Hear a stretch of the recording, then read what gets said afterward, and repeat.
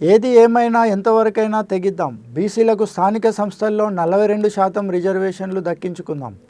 ఎంతవరకైనా తెగించి పోరాడుదాం అంటూ పలువురు నాయకులు, ప్రజాప్రతినిధులు పిలుపునిచ్చారు. నేడు హైదరాబాద్ అశోక హోటల్లో జరిగిన అఖిలపక్ష పార్టీల ప్రజాప్రతినిధులు, ప్రముఖ నాయకులు, 60 బీసీ సంఘాల, కుల సంఘాల నాయకులు సమావేశమై సుప్రీంకోర్టు, హైకోర్టులలో బీసీ రిజర్వేషన్లకు వ్యతిరేకంగా వేసిన కేసులపై భవిష్యత్తు కార్యాచరణపై చర్చించారు. ఆర్ కృష్ణయ్య నాయకత్వంలో జరిగిన ఈ రౌండ్ టేబుల్ సమావేశానికి మాజీ గవర్నర్ బండారు దత్తాత్రేయ, మంత్రి వాకిటి శ్రీహరి, మాజీ మంత్రులు శ్రీనివాస్ గౌడ్, గంగుల కమలాకర్, నేరెళ్ల ఆంజనేయులు, మండల ప్రతిపక్ష పార్టీ నాయకుడు, మాజీ స్పీకర్ మధుసూదన్ చారి, పార్లమెంట్ సభ్యులు రవిచంద్ర, శాసనమండలి సభ్యులు కొమరయ్య, ప్రముఖ కాంగ్రెస్ నాయకుడు వి హనుమంతరావు, మాజీ శాసనసభ్యులు పుట్టా మధు, బొల్లా మల్లయ్య, ఆనంద భాస్కర్, పన్నాల శ్రీరాములు, చెరుకు సుధాకర్ తదితర నాయకులు పెద్ద ఎత్తున ఈ సమావేశంలో పాల్గొన్నారు. ఈ సమావేశంలో నాయకులు అందరూ భవిష్యత్ ఆందోళన కార్యక్రమాలు నిర్ణయించాలని ఆర్ కృష్ణయ్య బాధ్యత వహించారు. ఎంతకు ముందుకు ఆలోచన చేయకుండా వచ్చినటువంటి ఇష్యూను ఏ విధంగా మనం నిలబెట్టుకోవాలి, ఏ విధంగా ఇక్కడ నెగ్గాలి. ఒకటి కోర్టు ఉద్యమం, రెండవది ప్రజా ఉద్యమం. రెండు భాగాలు విభజించి ఒకవైపు కోర్టులో కొట్లాడము, రెండోది ప్రజా ఉద్యమం. ప్రజా ఉద్యమం బలంగా ఉంటే న్యాయ వ్యవస్థ మీద ప్రభావితం అవుతుంది, కేంద్ర ప్రభుత్వం మీద, రాష్ట్ర ప్రభుత్వం మీద ప్రభావం ఉంటుంది. తప్పనిసరి మనకి విజయం సాధించడానికి అవకాశాలు ఎక్కువ ఉన్నాయి. ఎందుకు విజయం సాధించడానికంటే రాజ్యాంగంలో స్పష్టంగా ఉంది. మనం మొదటి నుంచి ఎట్లా అడుగుతున్నామో పార్టీ పరంగా అన్నప్పుడు వ్యతిరేకించాము. జీవోదీయమన్నాం, జీవోదీయానికి ముందు అసెంబ్లీలో చట్టం చేస్తానని అన్నప్పుడు మనం కమిషన్ వేయాలి డెడికేటెడ్ అని చెప్పినాం. డెడికేటెడ్ కమిషన్ వేశారు. తర్వాత లేదు రాజ్యాంగంలో 243 అంటే అది ప్రాబ్లం వస్తుంది. శ్రీనివాస్ గారు చెప్పినట్టు కోర్టులో ప్రాబ్లమ్స్ వస్తాయి అవన్నీ. కానీ అవన్నింటిని ఎన్ని రోజులు కోర్టు ఏది 9th షెడ్యూల్ అనేది కూడా కోర్టులు ఛాలెంజ్ చేస్తున్నాయి. కాబట్టి ఎప్పుడు ప్రాబ్లమ్స్ కోర్టు నుంచి వస్తుంది. కాబట్టి కోర్టుతోటి ప్రజా ఉద్యమాల ద్వారా తాడోపేడ తెలుసుకోవాలి. ఎన్ని రోజులు కోర్టులు మన జీవితాలతో జరగాలని మారుతాయి. అందుకే దీన్ని తాడోపేడ చేస్తారని ప్రజలను మార్పు చేయాలనేటటువంటి మన మూమెంట్కు ప్రభుత్వం కూడా లొంగి జీవో తీసింది. అయితే ఇక్కడ గెలవడానికి మనకు అనేక అవకాశాలు ఉన్నాయి. అలాగే ఒకవేళ సుప్రీంకోర్టులో గెలవకపోతే బలమైన అడ్వకేట్లను పెడతాం.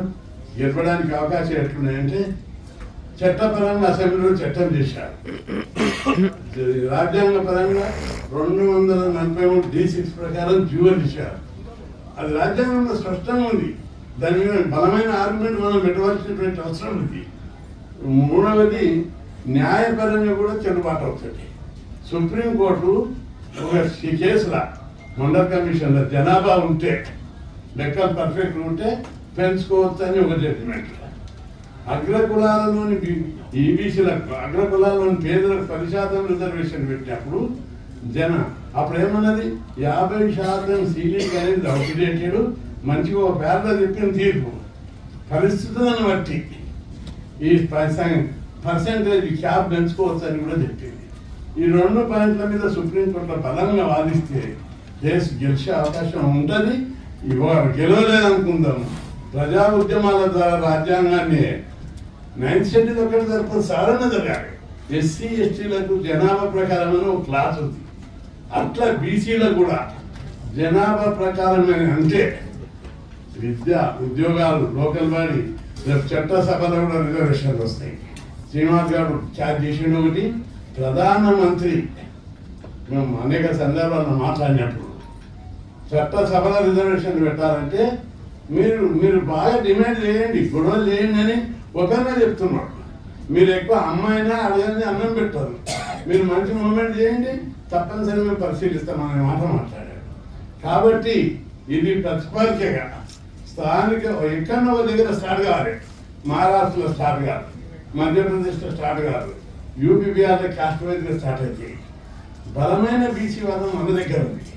అందుకు కారణాలు ఉన్నాయి. మనం ఇక్కడ కొట్లాడుతుంటే ఈరోజు కాదు, 50 ఏళ్ళ నుంచి కూడా మన బీసీలు చదువుకోవాలి. చదువుతారని కులాల్లో చైతన్యం వస్తుందని హాస్టల్ పెట్టాలని కొట్లాడారు. గురుకులాలు పెట్టాలనుకుంటారని, స్కాలర్షిప్ కావాలని, ఫీజుల మాకు కావాలని. దీని ఫలితంగా పేద కులాల లోపల చదువు విస్తృతంగా పెరిగి ఈరోజు బీసీ వాదం బలంగా ఉంది. బీసీ వాదం వెనుక బలమైన చరిత్ర ఉంది. కాబట్టి ఏదో అలాంటి వచ్చే ఉద్యమం కాదు, విద్యావంతుల ద్వారా వస్తున్నటువంటి ఉద్యమం. అనేక సర్వేలలో చెప్తున్నారు, ఇక్కడ ఉన్నటువంటి విద్యావంతులు ఇంటింటికి డిగ్రీ, పీజీ, ఇంజనీరింగ్ చదివేటోళ్ళు ఉన్నారు గ్రామాలన్నీ. ఎందుకంటే మీకు ఒక ఎగ్జాంపుల్, మొన్న సర్వే చేసి డిబేట్ కూడా జరిగింది టీవీలో. ఏమనంటే ఇక్కడ ఒక పోషించాలో తెగించి చాలామంది పెద్దలు మంచి విషయాలు చెప్తారు. మనకు సరే ప్రోస్ 9th షెడ్యూల్, రాజ్యాంగ సవరణ అన్నీ ఉన్నాయి. ఇవన్నీ ఎప్పుడు వస్తాయి? బలమైన బీసీ ఉద్యమం ఉన్నప్పుడే వస్తాయి. దీనికి ఎవరు అడ్డు తగలలేరు. మనం పంజాబ్లో రైతు ఉద్యమం చూసాం, జాట్స్, ఒరిస్సా, హర్యానాలో జాట్ల ఉద్యమం చూసాం. ఎక్కడైతే బలమైన ఉద్యమం చేస్తే ఏ ప్రభుత్వమైనా, ఏ వ్యవస్థ అయినా దిగొస్తుంది. అది మనకు కనిపిస్తున్నటువంటి సత్యం. తెలంగాణలో కనుక బలమైన బీసీ ఉద్యమం వస్తే దీని ప్రభావంతో రాజ్యాంగం సవరిస్తారు, కోర్టులు మైండ్ మార్చుకుంటాయి. కోర్టులు కూడా ఈరోజు సామాజిక న్యాయం వైపు మైండ్ మార్చుకుంటున్నాయి. మీరు అందరూ చూశారు, అనేక రోజులుగా సుప్రీంకోర్టు, హైకోర్టులో జడ్జీలలో నియామకాల రిజర్వేషన్లు పెట్టాలని. మొన్న ఇప్పుడు వచ్చినటువంటి సుప్రీంకోర్టు చీఫ్ జస్టిస్ ఒక మార్పు తీసుకొచ్చాడు. ఎస్సీ, ఎస్టీ, బీసీలకు జ్యుడిషియల్ అంటే సుప్రీంకోర్టు, హైకోర్టు, క్లారికల్, అడ్మినిస్ట్రేటివ్ పోస్టుల్లో రిజర్వేషన్ పెట్టాడు. గతంలో పెట్టాలని మనం అనేక సార్లు కూడా పెట్టలేదు. ఇప్పుడు జ్యుడిషియల్ థింకింగ్లో కూడా మార్పు వస్తుంది. ఈ జడ్జిమెంట్ వల్ల థింకింగ్లో మార్పు వస్తుందని నేను ఆశిస్తున్నా. రాదు అనుకో, అది చాలా కష్టలేదు. ఘనీభవించినటువంటి వాళ్ళు ఉన్నారు కాబట్టి ఒకరిద్దరు ఉంటే సరిపోదు. మెజార్టీ వ్యతిరేకించవచ్చు అనేది మన అందరి ఊహ. తప్పనిసరి కూడా అది నిజం కూడా కావచ్చు.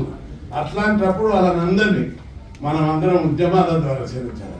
తెలంగాణ రావడం అనేది దానికి ఈజీ కాదు. టాస్క్ ఎంత బలమైన ఉద్యమం ఉంటే కేంద్ర ప్రభుత్వం దిగొచ్చింది. అట్లాంటి ఉద్యమాన్ని బీసీలు ఇక్కడ మనం చేస్తే ఈ దేశానికి మార్గదర్శకమైనది. లోకల్ బాడీ కాదు, రేపు ఈ ఉద్యమం చట్టసభలో రిజర్వేషన్లే కావాలి. అందుకు మనం అందరం బలంగా కూర్చొని మాట్లాడుకొని బంధువులు జరపాలి. తెలంగాణ ఉద్యమం దగ్గర రస్తారోకలు చేయాలి. ఇంటింటికి ఉద్యమం వెళ్ళిపోవాలి. బీసీలకు మనం న్యాయం చేయకపోతే బతకలేమనే స్థాయికి అన్ని పార్టీలు రావాలి.